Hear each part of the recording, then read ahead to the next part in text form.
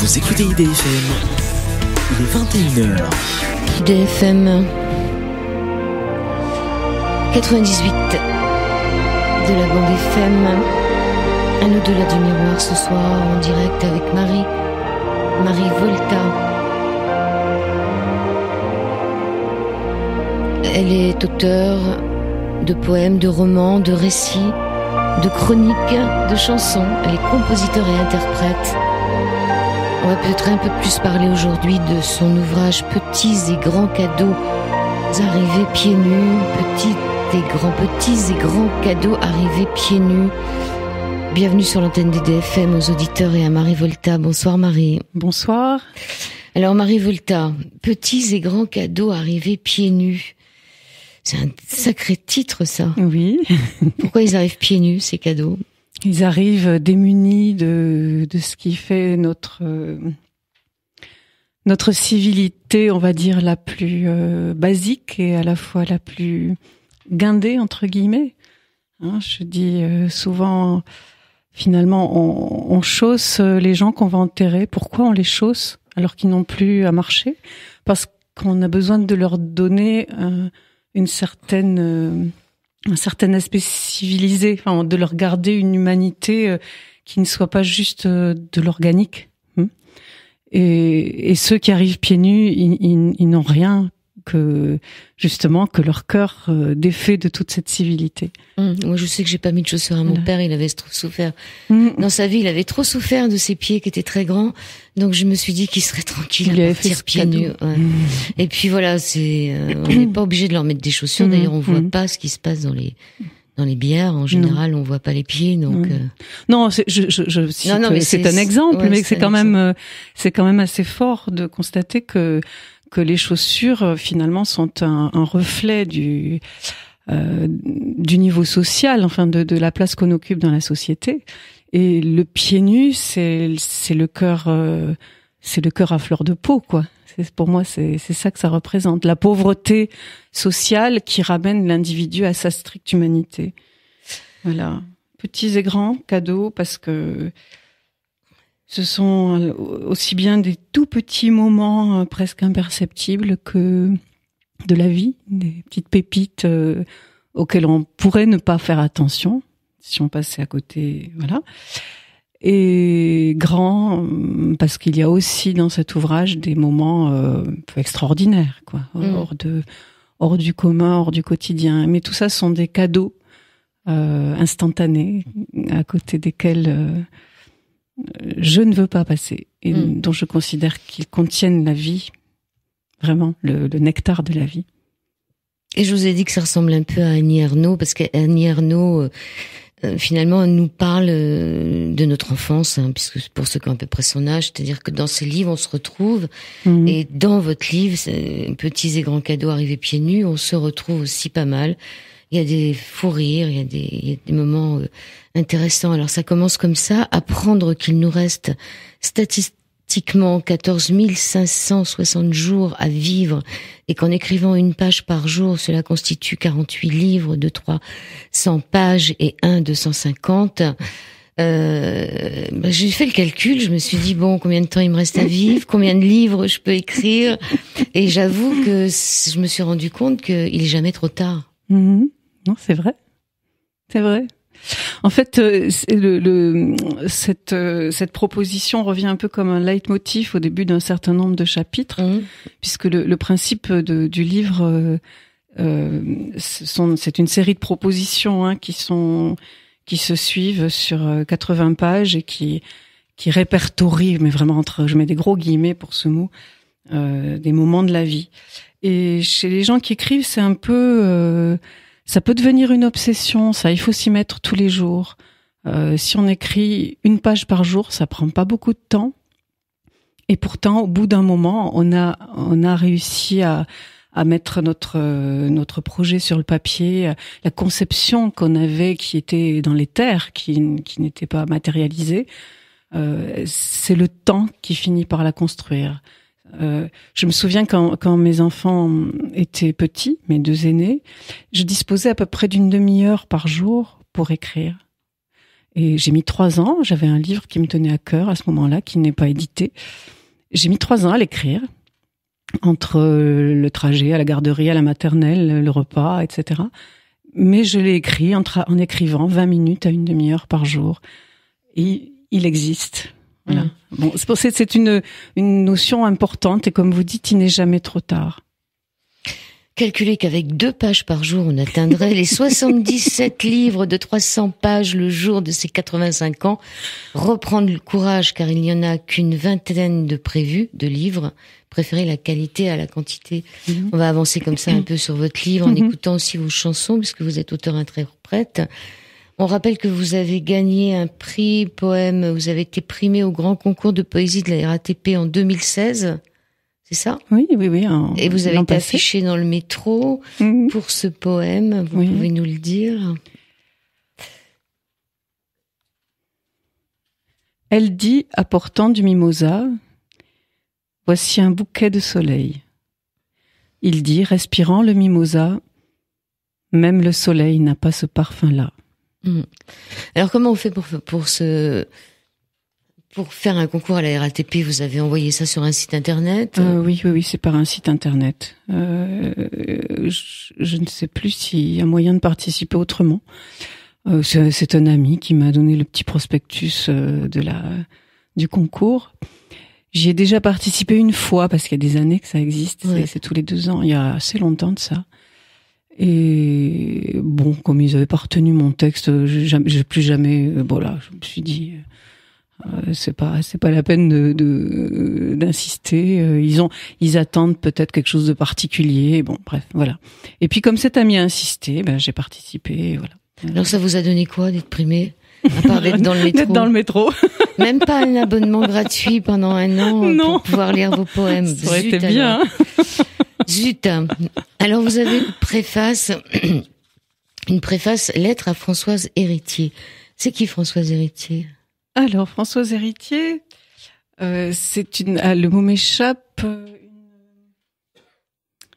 C'est plutôt une scientifique, mais le nom de sa spécialité m'échappe là tout de suite. Et ça va venir.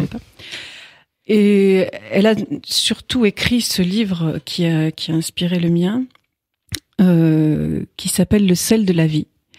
Et dans ce livre, elle écrit à un ami qui est en burn-out, enfin qui est épuisé, qui déprime, qui n'a plus le courage de vivre, et qui a volé quelques jours de repos. Et donc elle reprend cette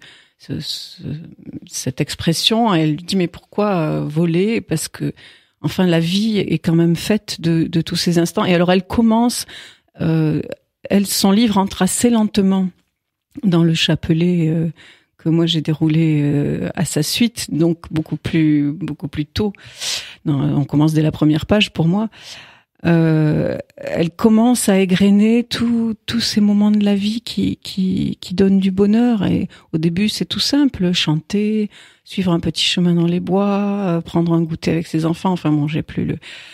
Et il se trouve que quand j'ai découvert ce livre, c'est pareil, c'est aussi un ami qui me l'a fait découvrir. Oui, j'étais dans un moment difficile. Bon, on a su quelques mois après qu'en fait j'étais gravement malade, mais on ne savait pas ce que j'avais, et voilà, j'étais à plat, quoi, complètement. Et de lire Le sel de la vie, de lire son livre, ça a réveillé en moi cette voix, ça a fait revenir en moi tous ces moments. Et c'est sorti. Je me suis mise à écrire. Je n'avais pas fini de lire son livre encore. que je me suis mise à écrire ces moments. Alors, le premier jet a été assez rapide, mais après, il a fallu répondre à une contrainte que je me suis donnée, à savoir que chacun de ces moments composerait une proposition et qui tiendrait entre 2 virgules. Même le moment le plus complexe, il fallait que j'arrive à le faire tenir entre 2 virgules, sans ponctuation à l'intérieur. Voilà. Donc ça a été aussi une certaine jouissance d'arriver à concentrer l'écriture pour des moments plus complexes que d'autres. Alors ça donne une écriture très rapide, mais qui en même temps nous parle à tous. C'est pour ça que je vous dis que ça ressemble à du Annie Ernaux.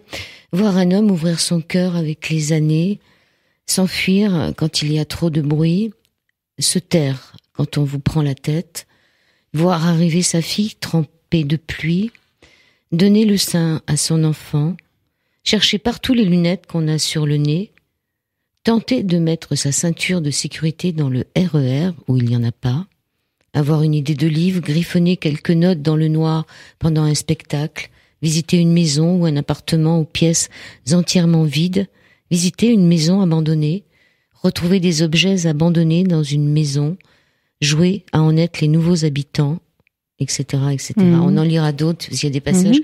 Et forcément, il y a des passages dans ce livre où on se retrouve... parce que c'est pour ça que je vous dis que ça ressemble un peu au roman d'Annie Ernaux, c'est que c'est des moments de vécu qu'on a tous vécu des moments, et il y en a certains où on se retrouve vraiment chez vous. Enfin, moi, il y a eu plein d'endroits. Par exemple, vous parlez aussi de votre sur l'autoroute.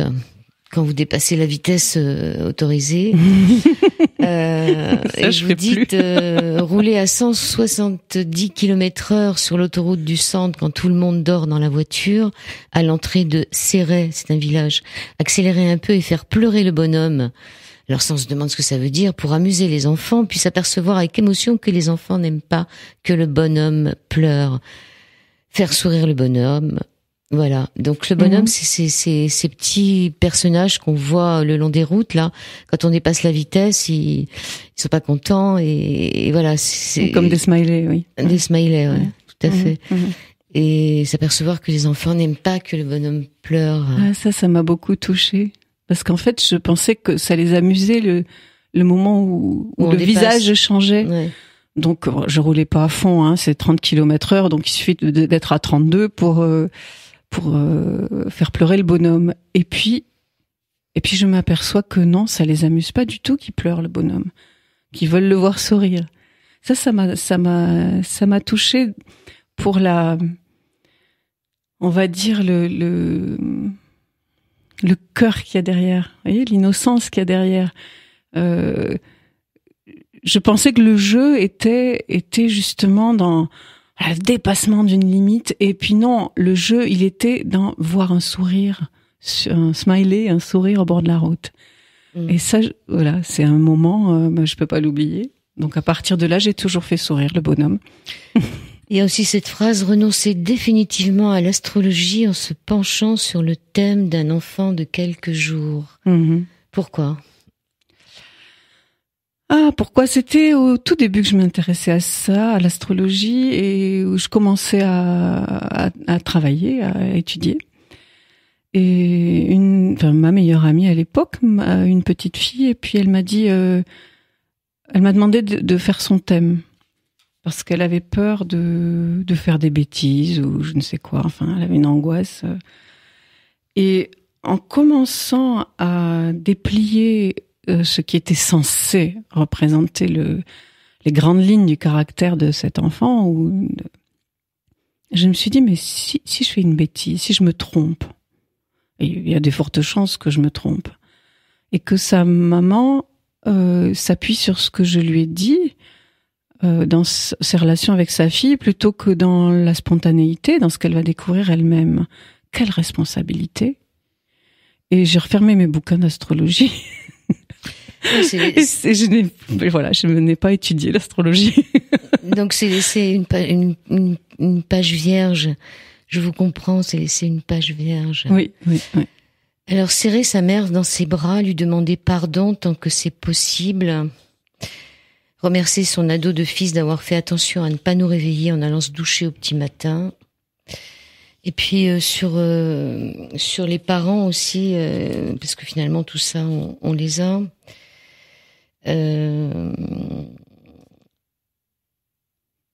Vous parlez aussi de l'âge de la fin de mémoire, parce que je l'ai pas. Oui, c'est peut-être à la page 37. avoir su dire à quelqu'un combien on tenait à lui ou à elle et combien cette relation nous multipliait. Ça, c'est important. Il y a beaucoup de passages qui sont en fonction de la famille, des enfants. Interroger quelqu'un sur un sujet qui le passionne. On va peut-être écouter un peu vos musiques aussi, parce que finalement, vous êtes musicienne. Alors, dites-nous un peu, quand a commencé pour vous la musique? Est-ce que c'est antérieur à la poésie ou est-ce que c'est en même temps? On va dire que c'est antérieur à l'écriture. Mais il y a de la musique dans les mots et dans la poésie, et je pense que c'est intimement lié. Mais avant de savoir parler, je chantais, on va dire, je fredonnais. La musique, ça me suit depuis toujours. Mais je pense que pour l'enfant, quand c'est venu, ce n'était pas autonome de la poésie. Quand vous étiez enfant, c'est ça que vous dites? Oui. Je pense que j'ai eu le même émerveillement, et puis même au-delà de l'émerveillement, une espèce de spontanéité, de goût naturel pour, quoi. Voilà, c'était là que j'étais bien. Et vous dites aussi que vous étiez une fan de Brassens? Oui, je suis toujours, je suis une fan de beaucoup de chanteurs. Fan, c'est peut-être pas tout à fait le mot. Mais vous vous rappelez du moment où il est parti? Ah oui, parce qu'en fait, j'écoutais beaucoup Brassens à l'époque où il est mort, parce que finalement c'est le seul que je peux écouter en toutes circonstances et sans m'en lasser. Ce n'est pas quelqu'un qui brasse les émotions, qui appuie où ça fait mal, tout en disant beaucoup de choses. Et parfois des choses qui ne sont pas si faciles à avaler.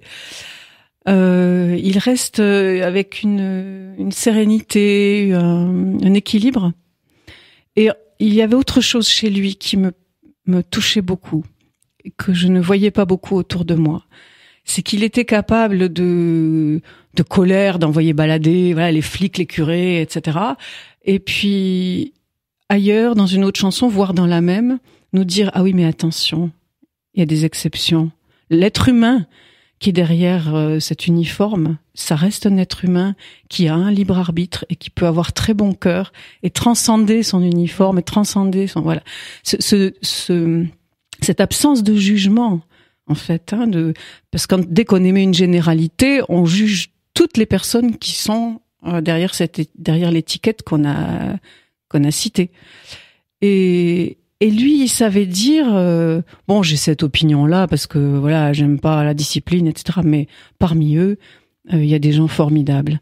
Et ça me touchait énormément. Il est décédé quand j'avais 14 ans, donc vous voyez donc vous vous en cet âge-là. Et j'ai pleuré toutes les larmes de mon corps. Mais je pense que c'est cet aspect-là de Brassens et ce qui m'a le plus déchiré quand il est parti. Qu'un être qui voyait les choses de cette façon et les autres de cette façon quitte le monde. Voilà. C'était un petit peu de la beauté du monde. Laquelle je mets, la visite guidée? Allez, la visite guidée. Alors, visite guidée de Marie Volta.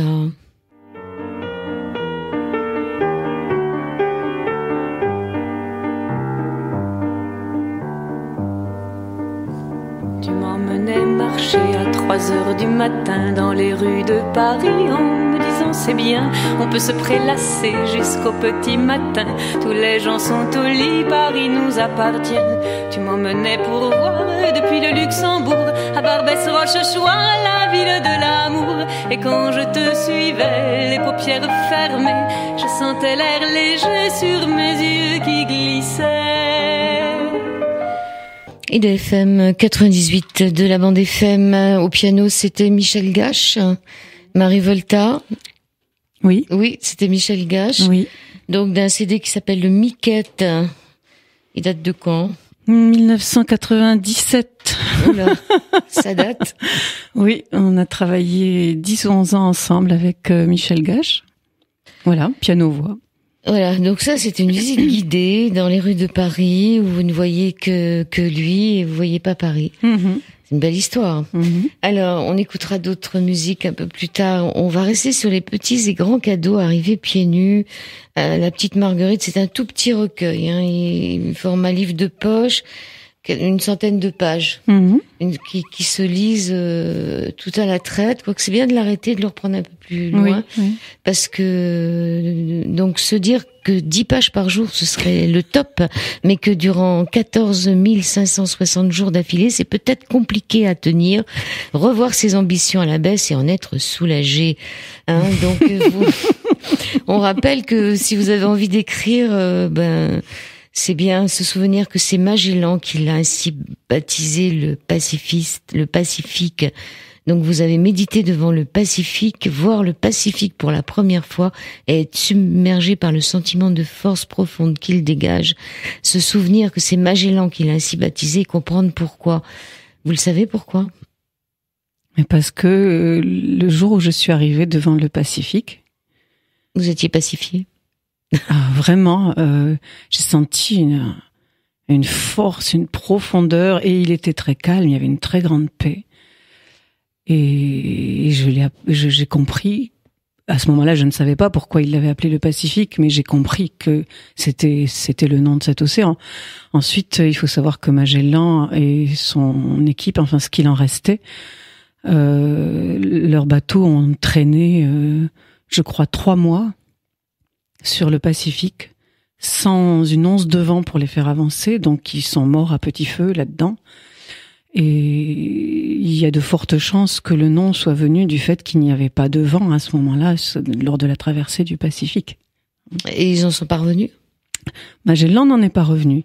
Sur 250 à peu près qui sont partis, je dis un peu à la louche, mais c'était dans ces eaux-là, il y en a 18 qui sont revenus.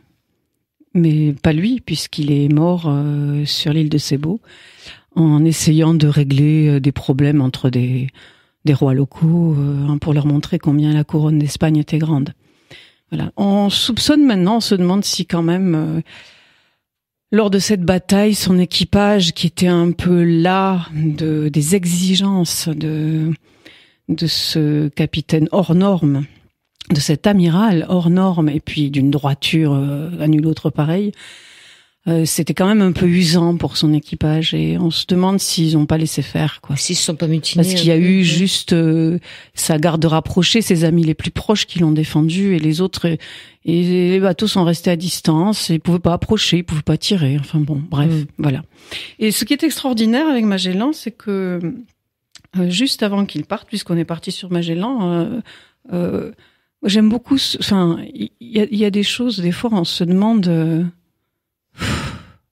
si elles n'étaient pas écrites finalement, parce que au moment où il était en train de composer son équipage, alors il le composait en Espagne alors qu'il était portugais. Et au Portugal, on n'avait pas voulu de son projet, donc il était en Espagne, mais pas très populaire parce que on le soupçonnait un peu de trahison. Et ça mène à quelqu'un qui savait rien faire à part écrire.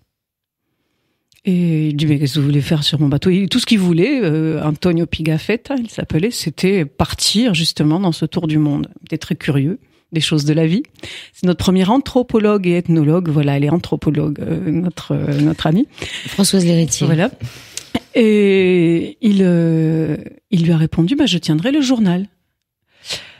Et cet Antonio avait le mal de mer. On a failli le débarquer aux Canaries parce que la mer avait un petit frisoli, il était malade. Donc on s'est dit non, ça sert à rien d'avoir cet homme-là sur le bateau. Et finalement, il est resté. Il a résisté à tout. Les mutineries, le typhus, la famine, etc. Et il a fait partie des 18 qui sont revenus. Il a écrit tous les jours. Et quand il est arrivé... Combien de pages par jour? Je ne sais pas. Mais il a répertorié, par exemple, ils avaient mission de capturer des indigènes, remporter des couples en Espagne. Ils ont capturé comme ça des Patagons, des géants. Et donc il écrivait, il discutait avec eux et il écrivait leur vocabulaire. On a comme ça les premiers répertoires les premiers glossaires, on va dire. Et c'est comme ça qu'on connaît l'histoire. Voilà. Et c'est comme ça qu'on connaît, non seulement qu'on connaît l'histoire, mais qu'on sait que c'est Magellan parce que, en fait, il y a des mutins qui étaient revenus en disant bon, ça y est, on a fait le tour du monde, et qui étaient décorés, qui étaient censés. Quand on a vu revenir ces 18-là, on se demandait d'où ils sortaient, quoi. Et en fait, il avait si bien écrit chaque jour, y compris pendant les tempêtes, qu'il y avait un jour de décalage dans son journal. Il comprenait pas pourquoi il n'était pas le même jour, la dernière page de son journal, qu'en Espagne. Et en fait, c'était le fait d'avoir fait le tour de la Terre. Il avait un décalage horaire. Un décalage d'un jour. Et c'est lui qui, en présentant ce journal à la cour d'Espagne, à la cour d'Angleterre, en France, enfin, il a envoyé des copies un peu partout pour qu'on sache que c'était Fernand de Magellan et non pas l'usurpateur dont, là, tout de suite, je suis désolée, mais je ne me souviens plus. Marie Volta, en tout cas, vous avez un côté Magellan. Vous avez beaucoup voyagé, ça se voit aussi dans votre livre. Découvrir au hasard des pages une histoire extraordinaire restée méconnue. Recevoir au milieu du bush australien un texto de son fils de 16 ans et demi qui donne une petite soirée à 17 000 kilomètres de là. Et sur ce texto, je rajoute un peu parce que je vous lisais pas, donc il est écrit sur ce texto. Il est où le Calva? Gardez ce. Donc vous êtes là-bas dans le bush australien et vous avez votre fils qui est en train de penser quelque chose. Oui. Ouais. Et vous avez pas eu peur? Vous avez pas dit qu'il allait en abuser? Non. Non. Non. En fait, c'est moi il m'avait prévenu qu'il allait faire une petite fête. J'avais dit, regarde, on doit avoir du Calva quelque part. Enfin bon, parce que je sais que effectivement à cet âge-là, ils aiment bien boire un peu, même beaucoup parfois, trop. Et moi, j'ai traversé l'Australie en bus, donc j'avais pas de réseau. Et c'est un arrêt vers 4-5 heures du matin, un arrêt à une station-service, que je recapte et que je reçois ce texto. Il est où le Calva? Donc c'est complètement surréaliste. À l'autre bout de la planète. Je dis, oh là là, je le vois en train de chercher. Bon. Voilà, en fait, il n'y en avait pas, je m'étais trompée. Apprendre de ses enfants l'orthographe louvdingue des textos. Et là, pendant que vous parliez tout à l'heure, ça m'a fait penser que cette écriture, maintenant, peut-être que ceux qui tiennent des blogs, c'est une façon comme une autre pour eux d'écrire ces fameuses pages. Est-ce que les blogs de maintenant seraient pas des espèces de livres de bord un peu comme sur les bateaux? Qu'est-ce que vous en pensez? Vous êtes peut-être pas très féru d'internet et de. Oui, j'ai du mal à lire en fait sur écran, donc mais c'est pas tout à fait faux. Il y a effectivement des gens qui tiennent des journaux. Les blogs, c'est ça, c'est daté. Alors après, c'est un journal. Le journal des livres que je lis, le journal de mes recettes de cuisine, le journal, chacun y va de sa passion. Voilà, un petit journal de bord que tout le monde peut consulter. Pourquoi pas voir les blogs comme ça, oui. Rêver de vivre seul et vivre à 5 sous le même toit. Être seul et rêver de retrouver vite ces 4-là. Recevoir un signe, même discret, de l'au-delà. C'était quoi ce signe? Vous n'êtes pas obligé de répondre. J'aurais du mal à répondre parce que j'en ai reçu. Ouais. J'en ai pas reçu qu'un seul. Et je me souviens, un exemple parmi d'autres. Je parlais avec une amie nous parlions de son papa, qui était musicien. Elle l'est aussi. Et pour qui elle avait beaucoup d'affection et d'admiration. Et pendant qu'on parlait, les lumières au plafond se sont allumées. Alors, il faut savoir que cette suspension, elle ne l'allumait jamais, que l'interrupteur était à l'autre bout de la pièce, et donc il ne bougeait pas, cet interrupteur. Il ne pouvait pas avoir été mal positionné, et c'est la seule fois que c'est arrivé. Or, c'est la seule fois que nous avons parlé avec tant d'émotion de son père, qu'elle m'a fait écouter un petit enregistrement de ses chansons, voilà, etc., de son violon. Bon, un exemple parmi d'autres. Mais quand on en reçoit et qu'on ne dit pas, on se contente pas de dire bon, c'est une coïncidence.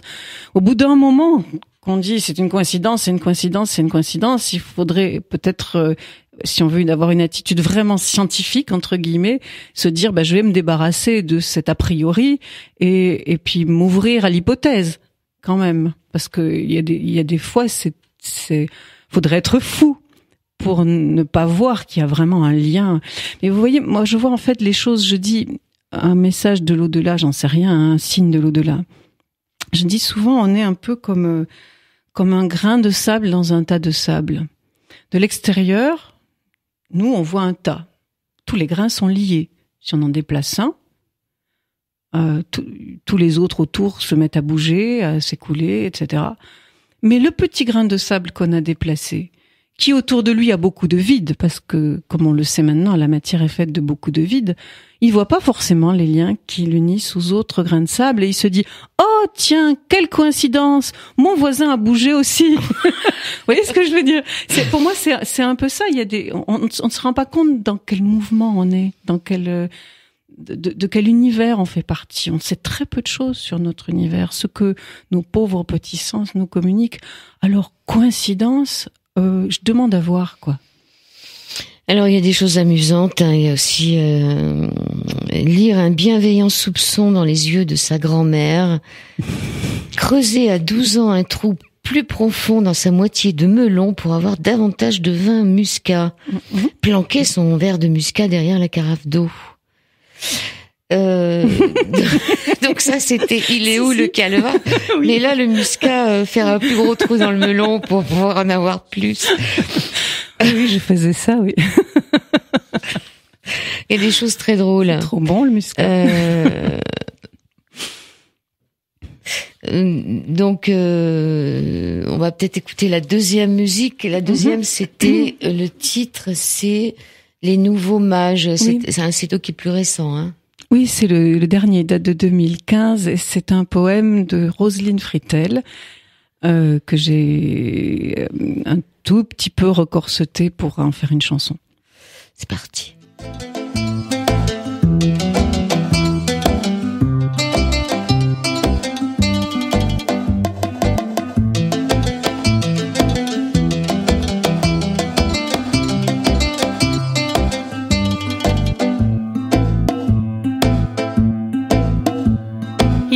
Ils ont le front levé, l'œil vif, la taille svelte. Ils vivent à 100 coudées de nous, l'index pointé vers la lumière. Perdus dans les nuées, ils fréquentent des sphères où meurent nos repères, où s'étouffent nos pas, nos appels et nos joies. Troisième partie de cette émission sur l'antenne d'IDFM, sur le 98 de la bande FM, dans cet au-delà du miroir avec Marie Volta.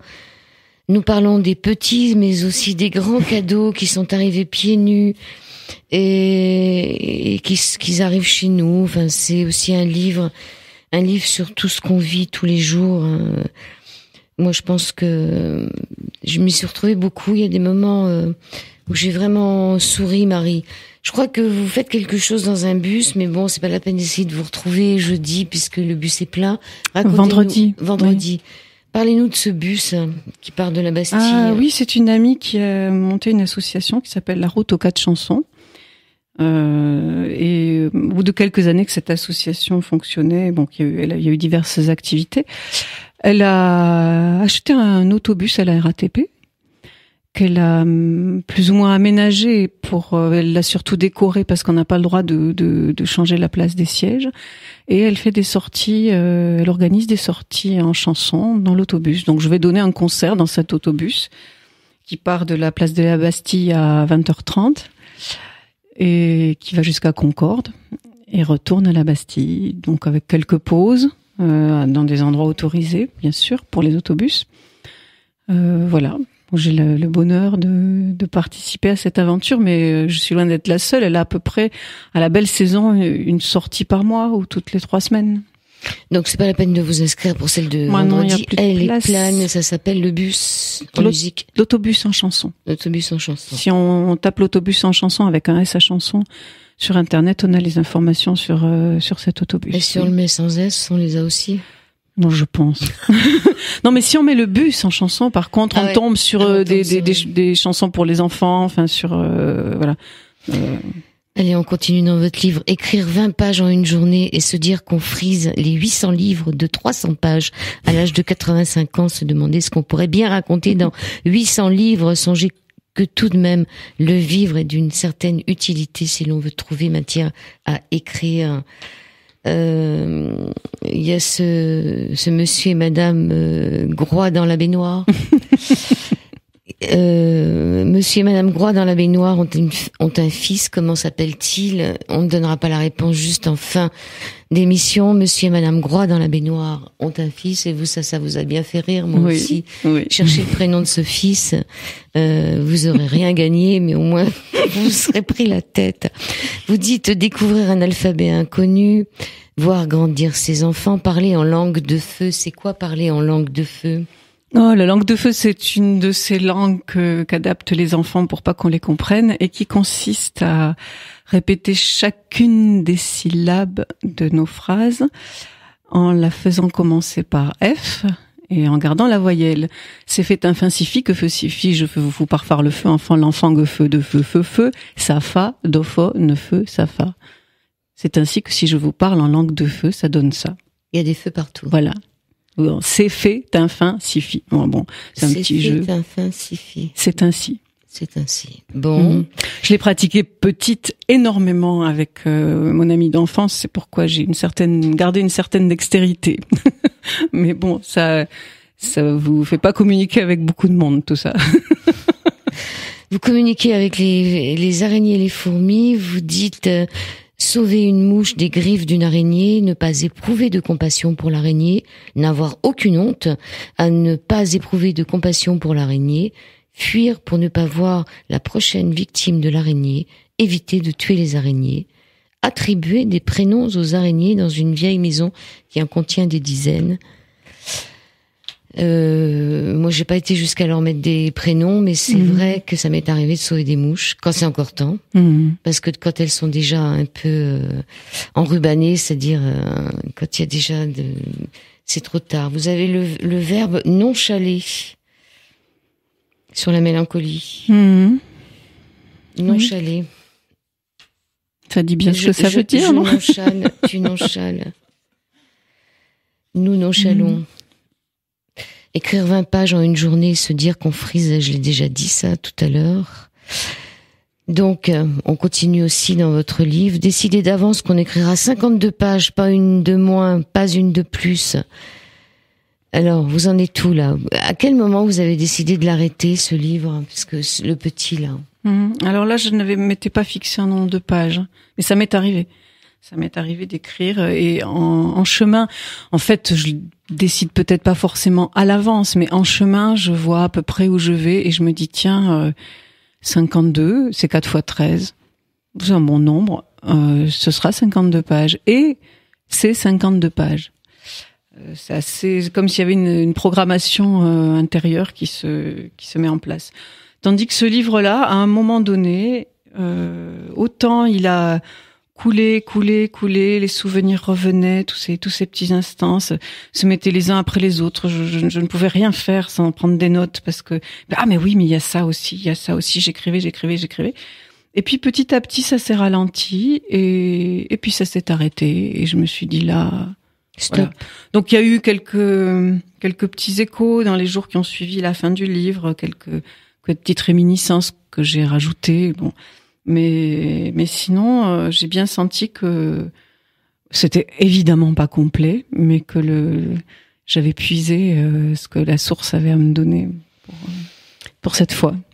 Alors, porter les mêmes vêtements pendant 15 ans et se dire que finalement ça ne gêne que les critiquards, découvrir une idée qu'on ne connaissait pas, apprendre qu'il existe un jeu africain où, contrairement au Monopoly, les joueurs s'entraident en cas de difficultés économiques, être heureux d'être conscient de n'avoir pas été vendu par ses propres parents pour leur survie, prendre un sens interdit en marche arrière, se souvenir de son ami d'enfance qui nous disait « Tu finiras mémé en chignon à faire des crêpes pour toute la famille ». Vous en avez fait des crêpes. Vous n'avez pas encore le chignon? Non, j'ai pas encore de chignon, mais j'en ai fait beaucoup. Je suis très célèbre pour mes crêpes. Et la belle histoire de l'arrière-grand-père, ça m'a bien plu. Élever des vers à soie, écouter au milieu de la nuit les vers à soie ronger les feuilles de mûrier, voir arriver son grand-père les bras chargés de branches de mûrier pour les vers à soie, penser 35 ans après qu'il devait en être encore plus heureux que sa petite fille. Ça m'a bien plu parce qu'on a toute une image d'un arrière-grand-père, ou que ce soit dans des cerisiers ou ailleurs. Et finalement, c'est le bonheur de l'autre qu'on a gardé. C'était mon grand-père, hein, pas mon arrière-grand-père que je n'ai pas connu. C'était mon grand-père, oui. Bon, je sais pas pourquoi c'est. Oui, parce que je vois ce que vous voulez dire. Non, parce que moi, c'était mon arrière. Archaïque. Oui. C'est pour ça que je me suis tellement identifiée à vos propos. Oui. Alors, cette phrase que votre mère vous dit quand vous avez trop pleuré, tu vas avoir les yeux comme des œufs durs, c'est ça? J'avais jamais entendu parler de cette phrase. Justement, c'est le soir de la mort de Brassens qu'elle m'a dit ça. J'ai tellement pleuré. Alors elle m'a dit, mais enfin, mais c'était un homme. Pour dire, voilà, il était mortel. Et elle a dit ça, elle m'a dit, mais si tu continues, demain matin, tu vas avoir les yeux comme des œufs durs. C'est quand même une belle image pour, vous voyez, imaginer, d'accord? Et ça m'a pas consolée. Mais j'ai gardé, la saveur, on va dire, de cette expression. Oui, et puis je la connaissais pas, donc on découvre un tas de petites expressions. Alors, garder en son cœur contre vents et marées l'ancrage de Skri Jutesvar, déclarer bien haut et avec le plus grand sérieux que mettre au monde 7 garçons, c'est lutter contre la surpopulation. Soutenir avec le même sérieux que le printemps ne commence pas le 21 mars, mais un mois et demi avant. J'ai eu du mal à comprendre pourquoi mettre 7 enfants au monde, c'est lutter contre la surpopulation. 7 garçons. 7 garçons. Eh bien, c'est bien simple. Si vous avez 7 filles et un garçon, vous pouvez avoir 7 enfants. 7 enfants par an à peu près. Tandis que si vous avez 7 garçons et une fille, vous n'aurez qu'un enfant par an. Donc, s'il y a plus d'hommes que de femmes, mathématiquement, la natalité a un potentiel moindre. Sauf qu'ils sont maintenant en train de faire des utérus artificiels, etc. Oui, voilà. Alors ça, c'est autre chose. Mais oui, c'est quand même. Mais là, je parle des voies naturelles. Oui, c'est bien. Alors, pardon pour ce qui est du printemps. Oui. En fait, je me demande si en Chine ça fonctionne pas comme ça. Je mettrai pas ma main dans le feu. Mais je me suis toujours, ça me paraît une évidence que le moment culminant de la saison, par exemple de l'été, le moment culminant de l'été, c'est le jour le plus long. C'est le 21 juin. Donc c'est le milieu si c'est le moment culminant. Donc l'été, s'il dure 3 mois, il commence 1 mois et demi avant. Et le printemps, le cœur du printemps, c'est l'équinoxe, le 21 mars. D'ailleurs, on le sent. On commence à le sentir là. Voilà. Vu à quel point. Donc, là. Oui, non, il y a un frémissement malgré tout. Oui, ça frémit pas mal aujourd'hui. Il y a eu pas mal de vent. C'est le vent du printemps. Alors, j'ai bien aimé aussi votre histoire. Adopter un parapluie cassé, abandonné dans le métro, le baptiser Apollinaire parce qu'on est un 12 septembre et convenir que ce nom lui va très bien. C'est vrai, c'est une histoire vraie, c'est d'avoir. Pourquoi vous l'avez appelé Apollinaire? Parce que c'était le 12 septembre. Et le 12 septembre, c'est la Sainte Apollinaire. Et voilà, donc j'ai sauvé ce parapluie de l'abandon. Je pense que je l'ai toujours et dans un état absolument hors d'usage. Et voilà, c'est tout. Ce nom lui allait très bien. C'était un parapluie avec des baleines en bambou et une toile. Il était cassé, hein, mais une toile un peu. J'ai jamais pu l'utiliser, bien sûr, comme parapluie. Ah, mais c'était un beau parapluie alors. C'était mon ami, quoi. C'était un beau parapluie. Non, il était assez modeste, mais il avait du charme. Une toile bleu foncé, un peu qui brillait, légèrement nacré, mais pourtant pas un tissu extraordinaire. Voilà, ça lui allait très bien de s'appeler Apollinaire. Alors vous avez ouvert un restaurant aussi pour les fourmis dans votre cuisine. C'est quoi, c'est leur mettre un peu de sucre? Non, je leur donnais les comment à finir les couvercles des pots de confiture. C'était très joli, elles se mettaient en cercle comme ça. On aurait dit un kiwi coupé avec les pépins. Vous voyez ce que je veux dire, tout noir comme ça en cercle. Je leur donnais des petits restes à finir comme ça. Et puis quand le papa de mes enfants est arrivé chez moi, il trouvait que ça faisait un peu désordre. Il a déjà commencé à fermer un peu le restaurant, à réduire à réduire mon service.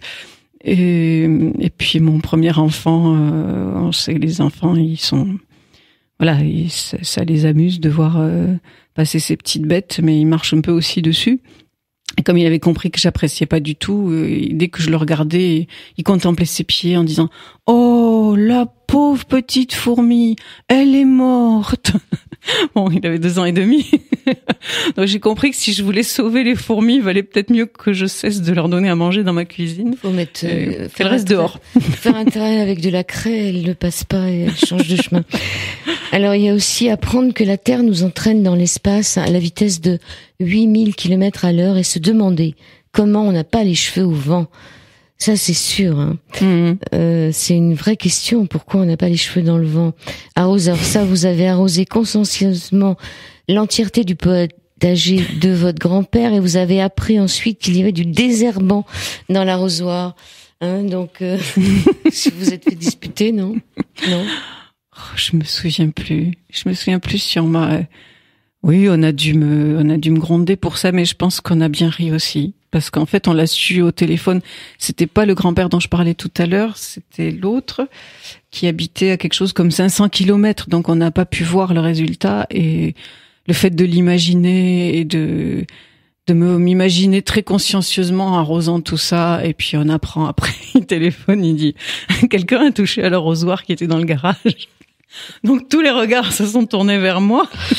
Eh oui, donc vous avez bien désherbé. Qui avait 8 ans. Voilà. Donc, bon, on a dû pour le principe, enfin, me dire que c'était pas bien de toucher un arrosoir quand je savais pas ce qu'il y avait dedans. Mais oui, je crois qu'on a bien ri aussi. C'était pour la bonne cause. Alors, il y a aussi, boire du Saumur Champigny en souvenir de cet ami qui s'est supprimé, apprendre qu'il ne buvait que du vin blanc et comprendre que le Saumur Champigny, c'était pour vous faire plaisir. Partager avec lui post-mortem une bouteille de chardonnay alors qu'on n'aime pas le vin blanc. Chanter à tue-tête la chanson qu'on avait composée pour lui et dont il n'entendra jamais la version finale. Chanter encore plus fort pour lacérer le voile de la mort et l'atteindre là où il est. Comprendre qu'être atteint, c'est sans doute justement ce qu'il redoutait le plus. Entendre toujours son rire, rêver qu'on le prend dans ses bras. Être un peu consolé de lui avoir dit souvent « Heureusement que tu étais là ». Sentir parfois encore sa sollicitude. Recevoir de belles photos de lui, apprécier l'ami dont il vous a fait cadeau en partant. C'était la série J'ai le cœur brisé. Il y a des odeurs aussi, hein. Vous parlez de ce parfum de chez Bourgeois Soir de Paris, dont ils ont changé la formule. Bah oui. Et ça vous rappelle quoi, Soir de Paris? Ah, j'allais, quand j'avais 13-14 ans, j'habitais donc Céret, dont nous parlions tout à l'heure. Et j'allais au conservatoire à Perpignan, donc c'était à une 30aine de kilomètres, j'y allais en bus. Et j'avais un gros trou d'1 heure et demie dans l'après-midi. Donc j'étais lâchée dans cette grande ville à 13 ans et demi. Et mon plus grand plaisir, c'était d'aller aux Nouvelles Galeries à l'époque, m'asperger de ce parfum. Et donc ce parfum me rappelle ces moments de liberté, puis le retour dans ce vieux conservatoire, parce que le conservatoire de Perpignan à l'époque était dans une vieille bâtisse, et on rentrait dans une cour intérieure, il y avait de la musique qui tombait de toutes les fenêtres. Voilà, c'est ça que j'aimais beaucoup ce parfum. Ils l'ont modernisé entre guillemets, donc ils lui ont donné un peu d'acidité. Enfin, la nouvelle formule, ça va pas du tout. C'est pas du tout ce que c'était. J'ai toujours des bouteilles.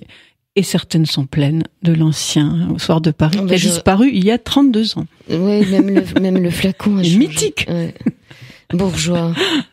Le baiser qui il datait ce parfum. Alors, Marie Volta, on vous retrouve en tapant Marie Volta sur Internet. Oui, marievolta.com, c'est mon site. J'ai un petit blog aussi où je parle de mes coups de cœur qui s'appelle lapetitemarguerite.com, même si ce n'est pas lié à la maison d'édition qui a édité ce livre. C'est un écho. Et je voulais signaler que je participe les 11 et 12 mars Donc c'est un samedi, un dimanche, un week-end Brassens qui est un peu un rejeton d'un festival que j'ai organisé jusqu'en 2012 et qui s'appelait l'Intégrale Brassens. Donc ce week-end a lieu à la salle Gendarme, dans le centre de Paris, dans le 2e. On a les informations sur integralbrassens.com. Que la semaine d'après, le 18 mars, je chante les poètes mis en musique par Brassens en compagnie, en coplateau avec Raymond Gary. C'est moi qui l'ai invité, parce que c'est vraiment un chanteur extraordinaire, à la médiathèque de Saint-Maur-des-Fossés. Et le 5 mai prochain, alors là, il faudra suivre un petit peu sur mon site, ce n'est pas encore annoncé, a lieu à la salle Gendarme aussi, dans le 2e, la première soirée de ce que je voudrais être une série qui porteront le nom générique de Les Sirènes du Cabaret. Et là, j'invite un certain nombre de chanteurs méconnus à venir s'exprimer sur un thème. Là, c'est juste avant le 2e tour des élections présidentielles. Ça s'appellera Entre deux. Chansons et textes contestataires. Et pour la première, la participation aux frais est libre, l'entrée est libre. Si ça marche bien, nous remettrons ça à la saison prochaine. Je compte faire 5-6 soirées par an. Voilà. Alors c'est quelle date? Là c'est le 5 mai, vendredi 5 mai. Et ça se passe à 20h, salle Gendarme, 17 rue Léopold Bellan. Dans le 2e, c'est au métro Sentier ou les Halles. Voilà. D'accord. Donc j'ai encore quelques petits détails administratifs à régler. Donc je n'ai pas fait d'annonce officielle parce que je veux être absolument sûre que tout est au taquet. Vous avez une page Facebook sur la sirène, non? Oui. J'ai vu ça aujourd'hui. Oui. Comment c'est cette page Facebook? Oui, j'ai lancé cette page Facebook. C'est un profil, les sirènes du cabaret. Les sirènes du cabaret. Voilà. Le profil s'appelle Sirène du cabaret. D'accord. J'ai pas pu insérer le petit lait. Eh ben, voilà. Je vous souhaite des reines pour ce cabaret. Peut-être pas 6, un peu plus. Je fais des jeux de mots. On n'a pas donné la clé du fils, monsieur et madame Gros. Gros dans la baignoire et je sais pas quoi en faire.